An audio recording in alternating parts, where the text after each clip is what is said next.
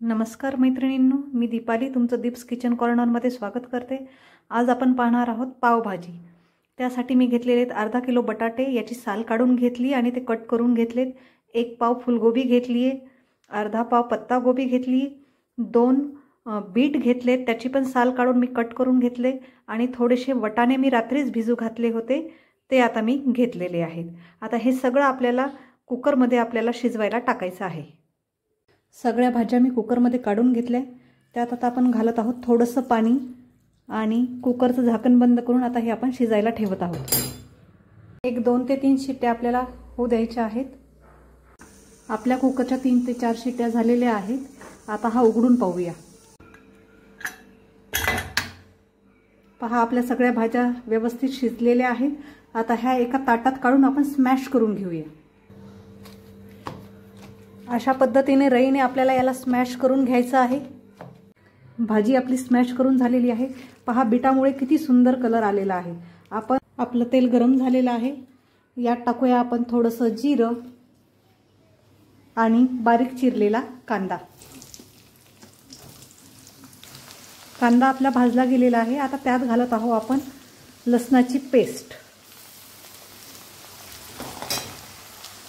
सोबतच घालत आहोत कढीपत्ता,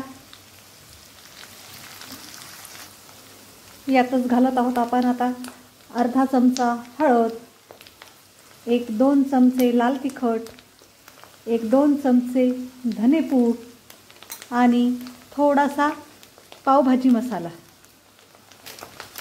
हे सगळं आपल्याला व्यवस्थित भाजून घ्यायचं आहे। आता यातच घालत आहेत आपण 2 बारीक चिरलेले लाल टमाटे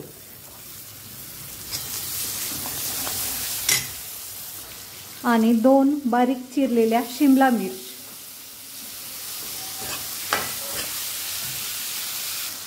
टमाटे आणि शिमला मिर्च शिजायसाठी आपण याच्यावर 2 मिनिटं झाकण ठेवत आहोत।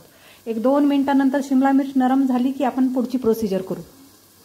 आपले 2 मिनिटं झालेले आहेत, झाकण काढून घेऊया। शिमला मिर्च आपली व्यवस्थित शिजलेली आहे। आता यात घालूया आपण थोडंसं पाणी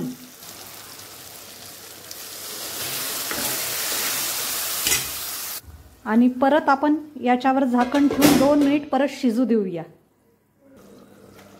2 मिनिट झालेले, छान असं तेल सुटलेलं आहे आपल्या भाजीला।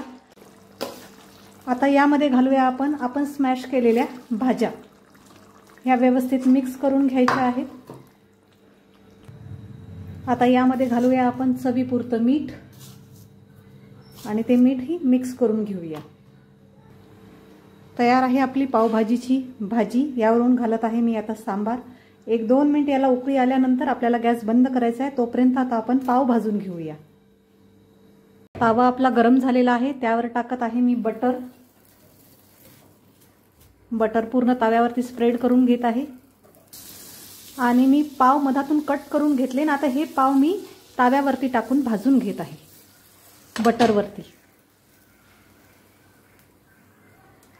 पहा, आपले पाव आतून भाजल्या गेलेले आहेत। आता हे वरच्या साईडने तसेच त्याच पद्धतीने आपल्याला भाजून घ्यायची आहे। आता हे पाव आणि भाजी आपण एका प्लेटमध्ये काढून घेऊया। तर तयार आहे आपली पावभाजी। तुम्हाला ही माझी पावभाजी बनवण्याची रेसिपी आवडल्यास नक्की माझ्या चॅनलला लाईक, शेअर आणि सबस्क्राईब करा। थँक्यू।